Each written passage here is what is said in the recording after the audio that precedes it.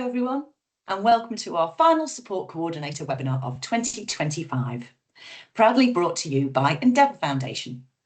I'm Vicky Gray, your host for today's session, and today we're going to dive into Holiday Ready, supporting participants and families through the festive season, with our guest presenter, Mary Ingerton from Support Coordination Academy.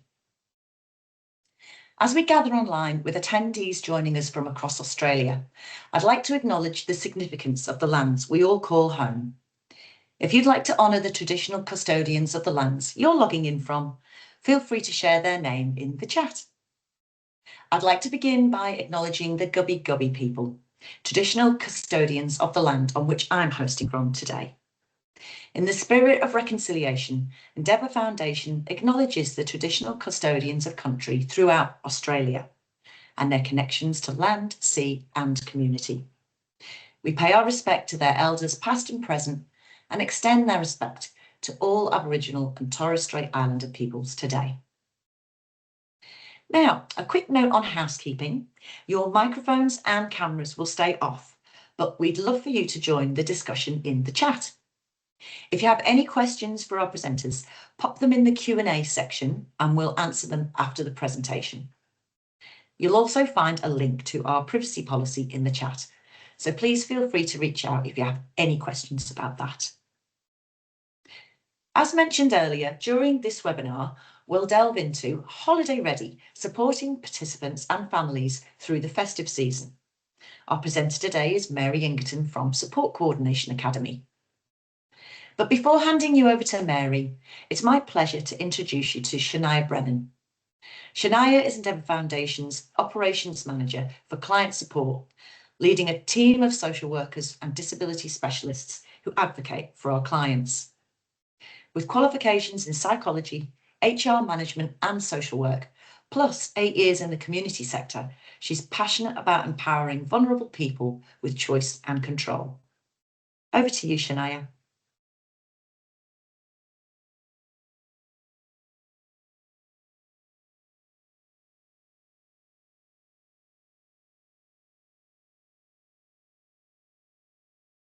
Hello everyone. I'm hoping that you can hear me. I have been having some tech issues today, so I do apologise. You're all good, Shania. We can hear Excellent. you. Thank you. Thank you, Vicky. Thank you. Much appreciated, everyone. Okay, so hi. As Vicky mentioned, my name is Shania. It's wonderful to be here with you all again today for the last webinar of this year. Can't believe we're here saying that. Crazy. I guess, as you know, today we're talking a little bit about preparing for the festive season and for participants and making sure they're all kind of well supported and well established going into this Christmas period. So what I wanted to talk to you about really briefly before Mary takes us through the rest of today's session is just a little bit about how we as Endeavour Foundation prepare for the Christmas period to make sure that the people we support are fully set up and have everything that they need going into this period as well. So I thought I would focus on a couple of different areas. So looking at what the individual support needs are. So I guess some of those conversations that we're already having now is, what are the services that our people are currently engaged with? Are there any closures coming up? Are there going to be any impacts to the services that they are receiving, not only from Endeavour Foundation, but across all of their service providers? And are those changes going to impact their day-to-day support needs? Is there anything that we can do to jump in and, make sure that they have the support they need through this period as well? Looking at, the individual and their views and wishes as well, not only around the preference of what supports they would like going into this season, but also what their plans are for the festive period. For any of our people who are engaged and have relationships with their families, extended families, friends, anybody, what are their plans for the Christmas period? And, how can we make sure that they're supported to do what they want to do and enjoy all of the things that this period has to offer for everyone, while also knowing, we've got some people who may not be engaged with family and they may be home for this period. So what can we do to make sure that we also make this a very special time for them as well? One of the other domains, I guess, is stakeholders, and that includes family for our participants who have family and friends involved in their life. So I guess linking in with what the individual support needs are as well. What stakeholders are off? Sometimes we've got allied health professionals or people who are taking time off over the Christmas period. Is there going to be an impact to the supports that they would maybe be receiving in home that we need to plan for as a wider stakeholders group with the participant involved as well. And finally, funding. I think funding, it will have obviously quite a large undercurrent in all of these conversations. What are they currently funded for? Are we looking at additional supports? And, is there going to be any potential impacts to their funding down the track within their current plan periods, working with the funding periods as well, and all of those things. So those are just a few things that I guess we as Endeavour Foundation consider and converse about with stakeholders and the people that we support coming into this period to make sure that it is a period of celebration and love and commitment and it's a wonderful time, I guess, for everybody, and it's reflective of what they really want to experience within this period. So what I'm going to do now is hand over to Mary, who is going to take us through the rest of today's discussion. Thank you, Mary.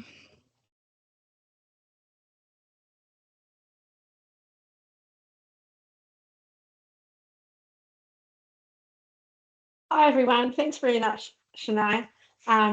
Always a pleasure. It's so good to see how well Endeavour really think about that person-centred planning, but also are really proactive in what they do. I really commend that. Okay, so I'm going to be talking about, again, supporting participants and families through the festive season. So my focus is really around support coordination. So my specialisation is in anything to do with support coordination, basically, live and breathe. So let's get started.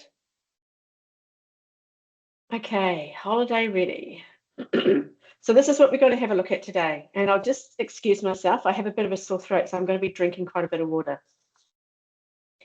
So we're going to be looking at understanding how to plan proactively for service interruptions and contingencies, learning approaches to support carers and families experiencing festive season stress, exploring ways to reduce plan fatigue and maintain a funding balance, and identifying practical strategies for fostering inclusion and connection during the holidays, which is really, really important.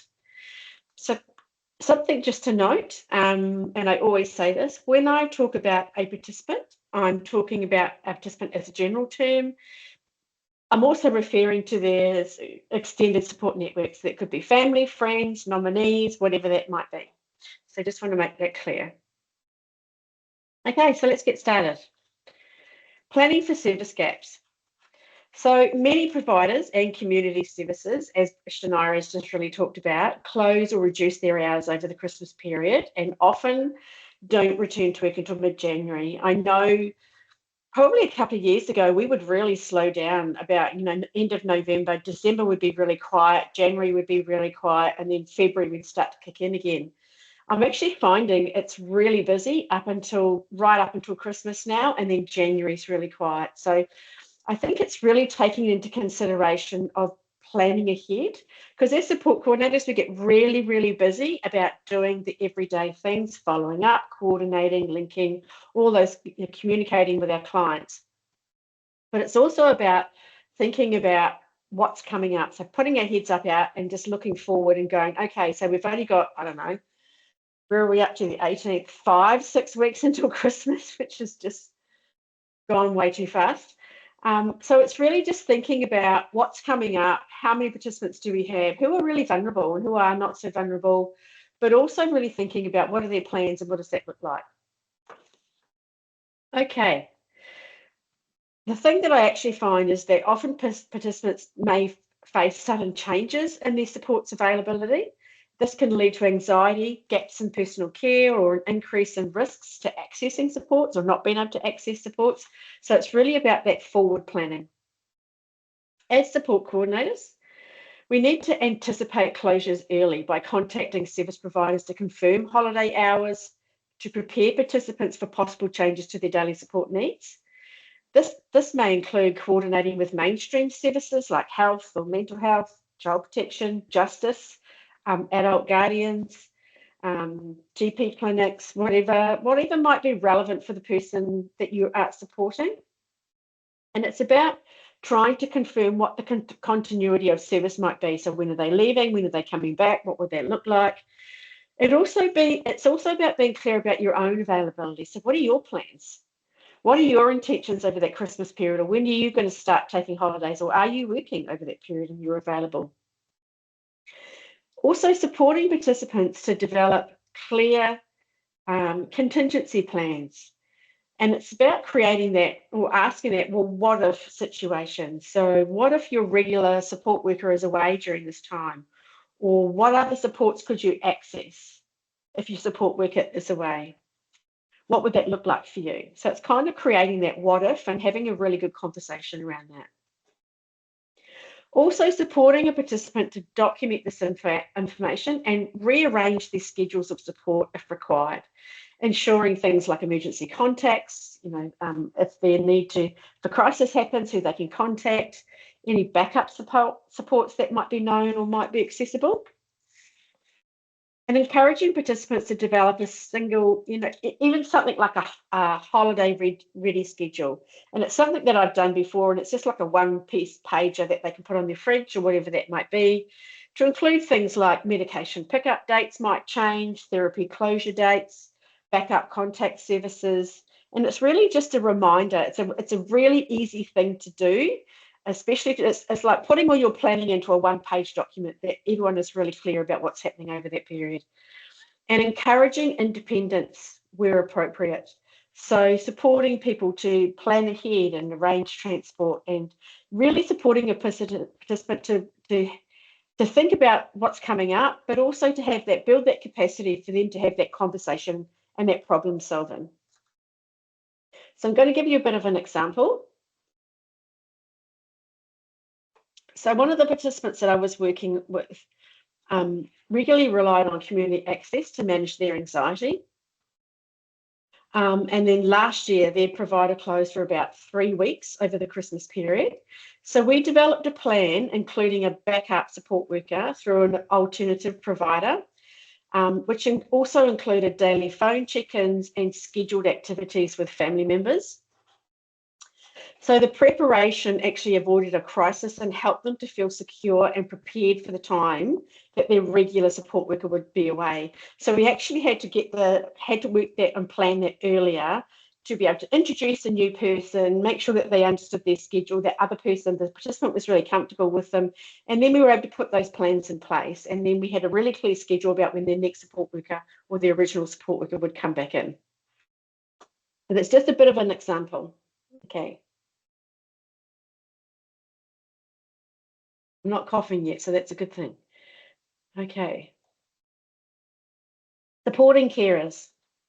I think this is one of the most important things. I have a couple of roles, and one of them is a social worker at Mater Hospital, and I work with a lot of families who have adult participants, and they may be quite elderly, or they really don't understand what's going on, or they might be quite fatigued by the time it comes to Christmas.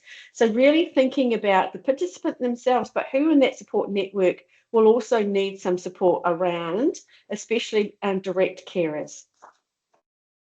So carers often experience pressure over the festive period. So it's balancing those carer responsibilities, family expectations, and sometimes social isolation. So sometimes carers experience what we call invisible fatigue. So it often relates to like an emotional burnout that isn't immediately visible. So quite often when people have like a physical burnout or they're physically drained, you can often see it. But when it's emotional or psychological, sometimes it's like a hidden or a visible fatigue.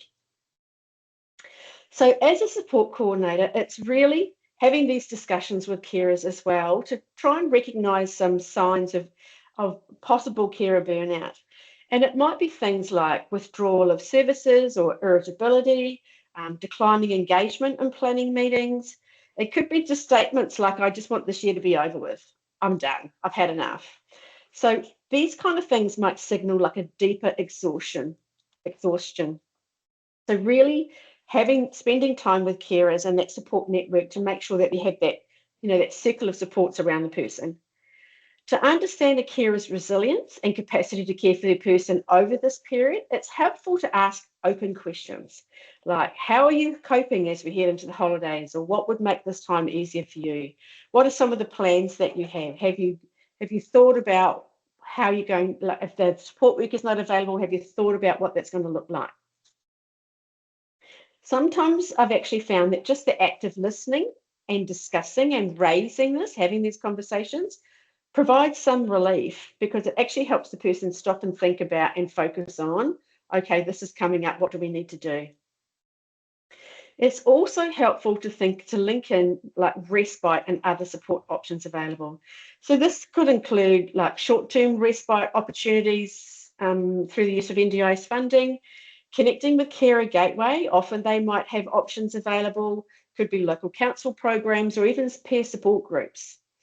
Encouraging carers to take micro breaks if they need them, because that could even be like a half a day reset to reset their mental energy. So thinking about thinking outside the box, what could that look like?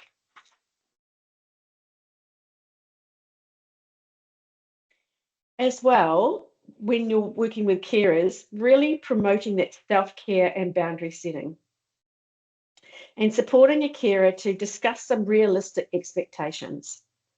So it's okay not to attend every event or provide care alone, encouraging that self-kindness and social connection. Okay, I'll give you another example. Okay, so a carer I was working with, I supported them, like they were really dreading Christmas coming because they had quite a large family and all the large family were coming to their area, not to their house specifically, but to their area. But very, very large families, often there's some family tension, which is often happens at Christmas anyway. But they were already feeling quite exhausted. So we talked about what would really help you to regain some of that energy, have some resilience, have a different focus, spend some time for you. So we arranged some short-term respite, and it was only for like 3 days from the participants' core funding. And during that time when the participant was having that respite, we linked the carers in with it was like a carer support lunch. And so it was a lunchtime event where they could go along with other carers. And they found that really, really helpful just to talk to other people and understand that it wasn't just them that was feeling like this. And they actually came back feeling a lot more refreshed and more confident, especially in relation to using respite again, because I'd never actually done that before. So that was actually a first for them as well. But it really just highlights thinking quite outside the box. What are some of the things that we can try? Okay.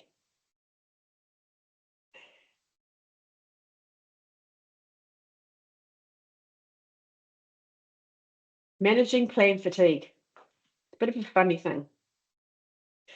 By the end of the year, participants and families often feel a bit overwhelmed by the admin tasks. So it's like, especially if they're self-managing, they're doing the invoicing, they're claiming, they've got to go often through review processes, or they might be scheduling supports and are already starting to become overwhelmed about what changes are going to happen over this period. And again, that emotional exhaustion from constantly advocating for their person. I know as a parent myself, by the end of the year, I'm absolutely done. So it's when you've got those added layers as well, it can become quite overwhelming. So a support coordinator can actually support a participant and their family to manage any fatigue they might be feeling by going through their funding as well. So reviewing their funding by having an early check-in. Often I do it around late November. And it helps to really just have a regular check-in, and it might not be a check-in that I actually was going to go and review the funding, but we do. And then what we do is that we actually look at their funding and what's remaining, and are there any underspends that could be used for like meeting outcomes or supports over this period, or is there a need to adjust some supports temporarily due to provider closures? So really starting to do that from a funding perspective, but also a carer and a participant perspective. So helping participants to pause or consolidate supports rather than adding any additional complexity. So how can we just kind of reduce any complexity, reduce any exhaustion, and just go, what are some of the things that we can do? And it might be just short term over that 3 to 4 week period, or whatever that might be. Reminding participants that the core funding can be used flexibly to meet their changing needs, and planning for re-engagement. So that's about, well, we're planning for what's going to happen over that period, but when are we all going to come back and re-engage? So setting dates to reconnect after the holidays to review that wellbeing, but also that plan usage. And that's also that reconnection is also what I was talking about previously, like a one-pager to go, this is when your therapy supports will kick back in, this is when this will happen, this is when this will happen. So it kind of gives like a really good schedule. Okay, I'll give you another example.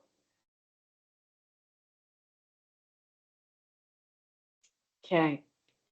Okay, so for one of the participants that I've been supporting, it was a single parent supporting 2 teenage children with disabilities. And obviously by December, they were just felt completely burnt out. So they were just tired of managing the invoices, the budgets, coordinating supports, advocating, and they were just exhausted from the constant coordinating, chasing up providers, and generally problem-solving issues. So during our check-in review, I've noticed that they hadn't taken any real breaks or used their core supports for household help, even though that the funding allowed for it. So together we came up with a plan to reprioritise some of those supports over that period to try and reduce some of the pressure on the family. So we reduced some of the therapy sessions that could wait until the new year and reallocated that time and energy towards some in-home assistance and self-care. So sometimes about managing that plan fatigue isn't about doing more, it's about rearranging some of the supports and really understanding from the family, the carers, the network, the person themselves, what's really important to them. And it's about helping them sometimes do less for a short amount of time and giving them permission to do that without feeling guilty. Okay, how are we going? Are we going really well for time? We have plenty of time.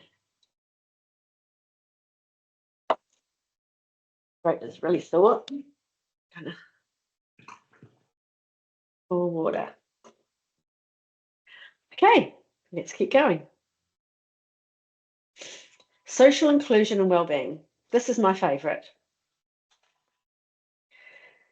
So social inclusion and wellbeing, the holiday season can amplify loneliness and social isolation, particularly for participants if they live alone by themselves, or they might be in supported accommodation. It might be someone who has a lot of family, but the family aren't going to be around, or it could be someone without a lot of informal or any informal networks. Or the person might have recently moved into a new community and doesn't have a lot of family connection or community connection because they've just moved. So it's really thinking about from this perspective of social inclusion and wellbeing. So as support coordinators, we can really encourage that community engagement. So when we're thinking outside the box or talking to people about what if situations, what if this, what about this, when your support worker be available, what therapy services are closing, or how all that's going to work. Really thinking about events that might be available within the community. I'm based in Brisbane, and I know over the Christmas period, there's lots and lots of events that are happening. So it's about maybe doing some research as well and sharing some local inclusive events. So it could be things like community lunches, there could be like concerts or craft groups, volunteering opportunities. It's really about encouraging participation based on a person's interests, but also it's around accessibility as well. Also, another thing that I've actually found, especially if around, sometimes I've worked with participants and Christmas time is a real hard time for them, and it brings up a lot of bad memories, especially when there's been trauma. So it's about having more regular check-ins from people that they know and trust. So it could be their support workers, or it could be service providers. And sometimes just picking up the phone, having that phone call, not necessarily having to go out and provide support, but more that check-in to say, hey, how you going? Do you want to have a conversation? And one of the big things for me too is celebrating diversity. So acknowledging that not all people celebrate Christmas. And it's about supporting inclusive and respectful conversation. So it's really just having that discussion about what does this period mean to you? And really understanding it from that person's perspective. What does that look like within your own culture, and it's I find it really interesting to really learn what happens over this period with different cultures. I've lived a lot overseas in Asia, and it's completely different to what happens here in Australia. I'll give you another example.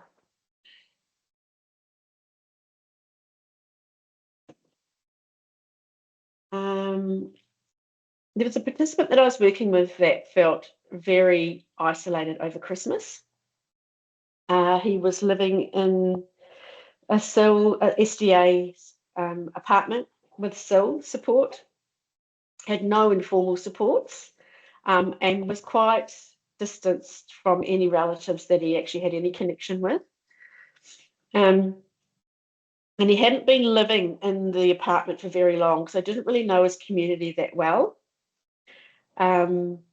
So one thing that we actually looked at was really looking at, well, what are your interests and what are the things that you like to do? And he really liked working with his hands, really had previously had some experience in working with woodwork and that type of thing. So we actually looked up our local men's shed, which was a local council program, and we linked him into the men's shed and had organised for a support worker to go with him. And we'd kind of set that up prior to the Christmas period so that he was comfortable doing it over that period, because they were actually open during that period. And then what we found that in the new year, when we came back to reconnect, that he'd actually made some new friends and he was actually taking on some regular activities. And what we actually found was that the social connection became the best protective factor for his mental health. And it was something that we could actually then expand on a bit further. Okay, just giving you some ideas. Okay, how are we going? Really good. Key takeaways. Planning early to reduce anxiety. So being proactive, planning ahead, being proactive. Start your planning now. And it's really about managing those service gaps. So confirming provider closures, availability and backup options early to reduce anxiety and risk for any specific participants. Supporting participants to create simple contingency plans and a holiday ready schedule with key contacts, medication dates, backup supports, and also reconnection dates are really, really helpful. And again, clarifying your own availability and encouraging independence building wherever appropriate. To support and strengthen carers. Noticing early signs of carer stress or burnout and creating space for open, supportive conversations. That's really, really important.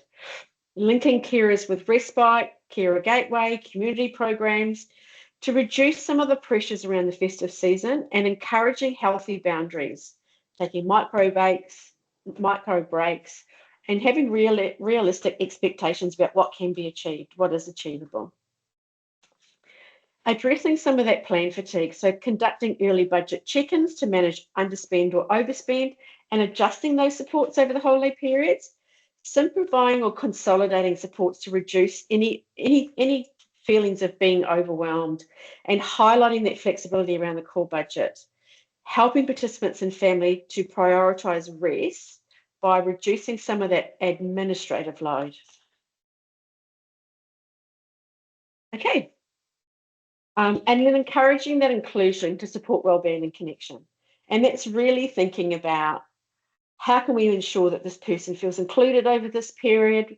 Are we able to link in some community supports, but also understanding what this festive season means to them? Okay, I'm pretty much done. We can go to some Q&A. Okay, just going to open this up. Here we go.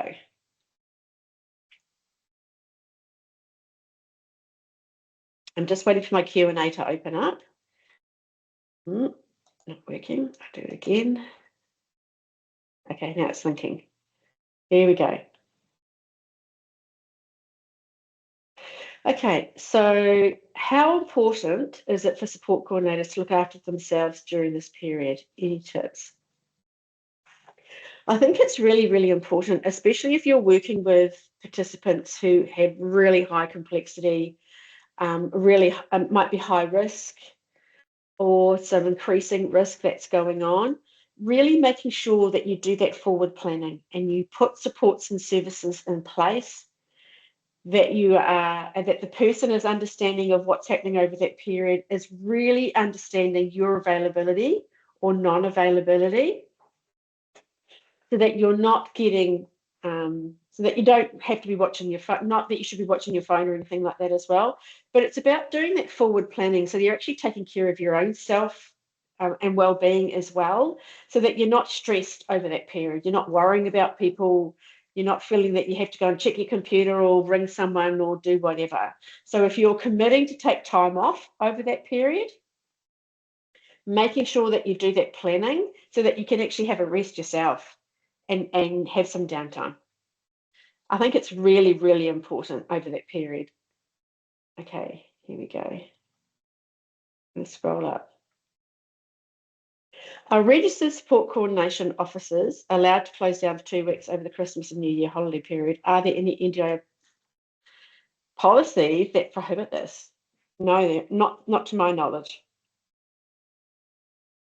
I think it's common knowledge that my understanding is that the NDIA officers close down over that period. You need to check that.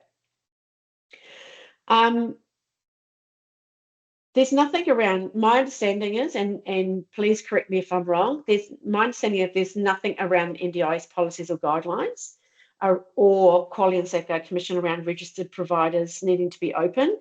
It's about contingency planning, making sure, so as part of the code of conduct, but also your requirement around registered providers, you're required to do contingency planning. It's part of your code of ethics. So it's about saying, okay, so we're going to be closing down over this period. You need to notify participants that you're not going to be available. You need to do that forward planning around what are the contingency plans over that period to ensure that that person has the right information, that appropriate supports are linked in, but also that they know who to contact in case of an emergency, all that kind of stuff. So for me, around the code of ethics and requirements around registered providers, that's what your requirement is. Okay. Wendy asks, seeking advice and clarification in relation to NDIS participant going on holidays and disability support workers. With the new NDIS changes, I understand disability support workers are not funded by NDIS plans for participants wishing to go on holiday again on cruise ships, say for 9 days. The cruise ship offers disability support workers while participant is on holiday. We ship this before. Participants have no family care to assist them as guardians live in Queensland. This is despite being one of their chosen NDIS goals, go on holiday. Okay.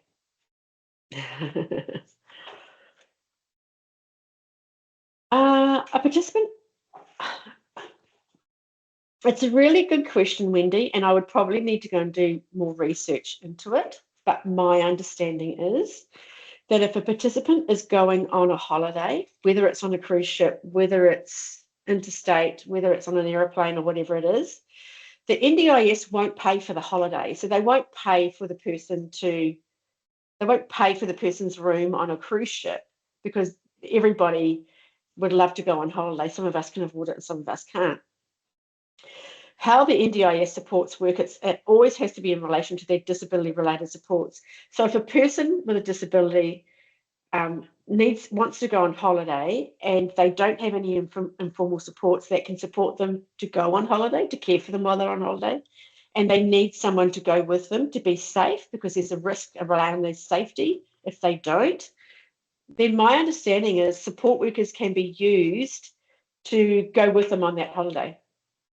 There would need to be some clarification around what that looks like. What is the cruise ship actually offering? Are they actually offering that recognizing that this person has a dependent or needs a dependent with them? And then, so what does that actually look like? I'm wondering whether you're actually referring to short-term accommodation that's now called respite. If that's what you're talking about, there's very clear guidelines around that, around what the funding can be used for and when it can be used. But in relation to a person going away, if they need support and it's directly related to the impact of their functional impairment, then they don't have informal support networks. So it's basically providing the justification around why they need that support and why they need to access that funding to do it. Hopefully that makes sense. Please put more comments in there if I'm completely on the wrong track. Okay, do we have any more questions? No, we only have a small group today. Here we go. There's another one.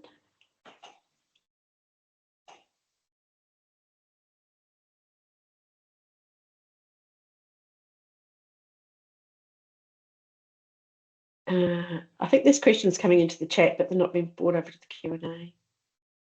Okay. Within your own state. NDIS participants pay for the cruise ship holiday. Okay, so I'm talking, I was looking at the Q&A and there's stuff coming into the chat. So I've just gone over to the chat. Okay, yes, NDIS participants pay for the cruise ship holiday. There you go. Coral, my understanding is that participants can take a holiday as short-term respite within your own state.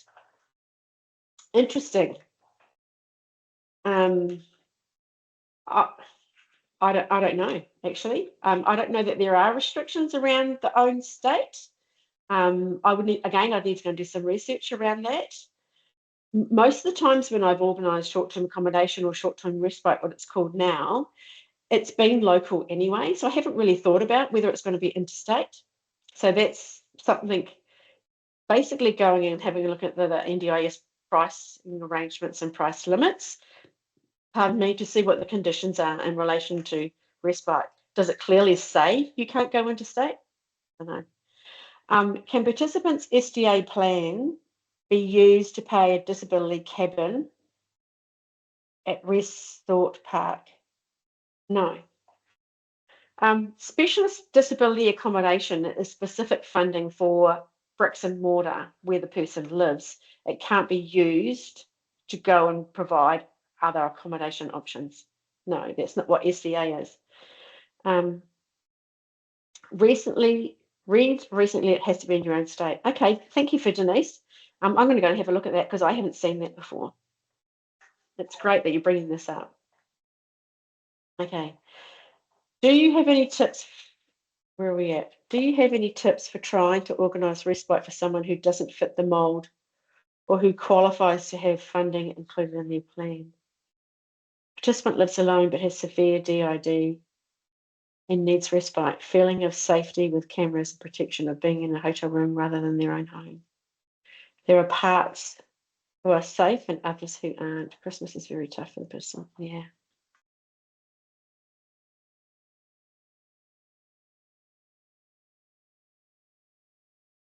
Okay, needs respite. Is it because they're not feeling safe within their own home? I'd need a bit more information. Happy, Anika, for you to email me at info@SC Academy. I think I need a bit more context.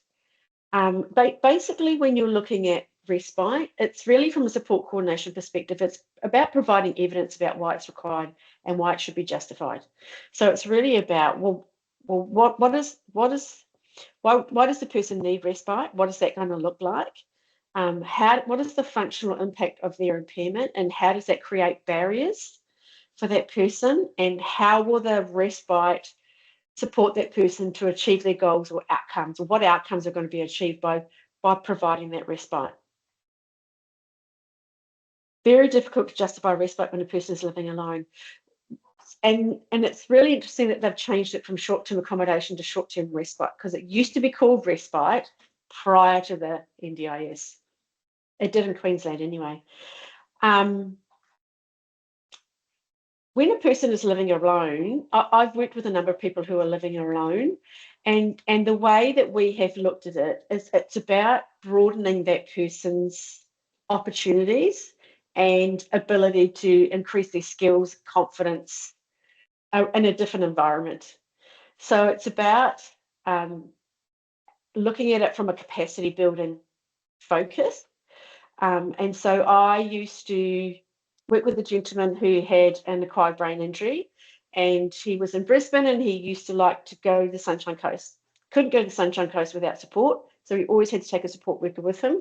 But when he went to the Sunshine Coast, he went to the same place, built those relationships and those connections, and he actually got to experience, got more confident, he got better at talking, he got better at socializing.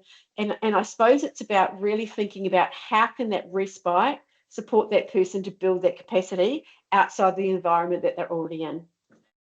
Hopefully that's a helpful example. Okay, can we get a copy of the PowerPoint, please? Yes. Endeavour will send out copies of the PowerPoints as well. Okay. From Plan Tracker's recent article, what is not included in short-term respite? Following items in travel are not considered. Okay. Visiting family and friends.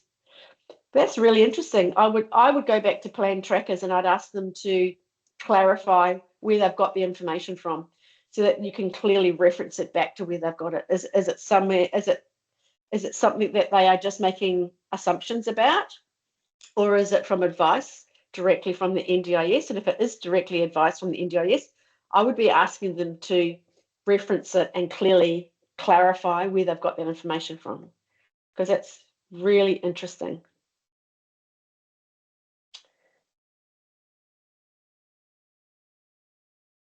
Wow, interesting. Okay.